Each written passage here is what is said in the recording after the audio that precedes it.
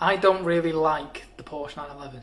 Now, to some people that might be absolutely blasphemous, but I think it's valid. I must say a disclaimer for this opinion is that I've never driven one.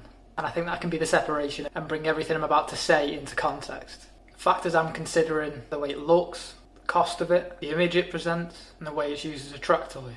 So to start, the looks are not that of other supercars and other cars at the same price. Now, I'm not the first person to say that or have that opinion, but it is widespread. It is a majority of people that say that. It doesn't look as streamlined as other supercars around the same price, like a Gallardo, an Audi R8, Corvette C8 coming up. It's bubbly in comparison to them. It's an evolution of previous designs with tight little changes from a car that was first developed in the 60s. Fair enough, each evolution will adapt to that market at the time it's brought out. But when you're talking about an evolution that's from an initial 60 years ago, no wonder it's outdated. Fair enough, the latest is trying to be a bit better looking with all the changes that they've made to that design. But it's too big and it looks strange for the size. Now, if you had this kind of disposable income and had the money to buy a brand new 911, you're either going to be very into cars and made your money and want to experience that, or you're going to be in a very high paying job and want to show off your status. The basic flex is always buying a Lamborghini or a Ferrari, and more so a McLaren now. These are bought by people that are trying to still show themselves as a professional and are probably not that into cars. The kind of people that buy a 911 over those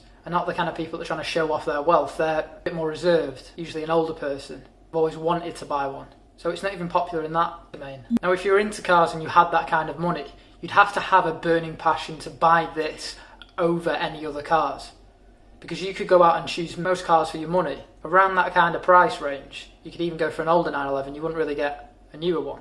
And if you were going to do that, you had that in mind. You were already a 911 lover.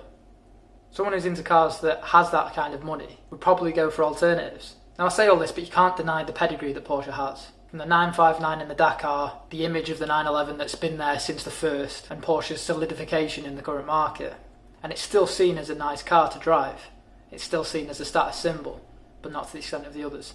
But you cannot deny its pedigree. But when it comes to the racing and the track days, this is the number one defence that people have to say, is that you have to drive one to understand it. But if you had the money to go out and buy a track toy, I think there are other alternatives to enjoy. Because when you're trying to get a track version of a 911, the older 911s are seen to be the best build, and they are overinflated in second-hand value now. You need a lot of money to compete.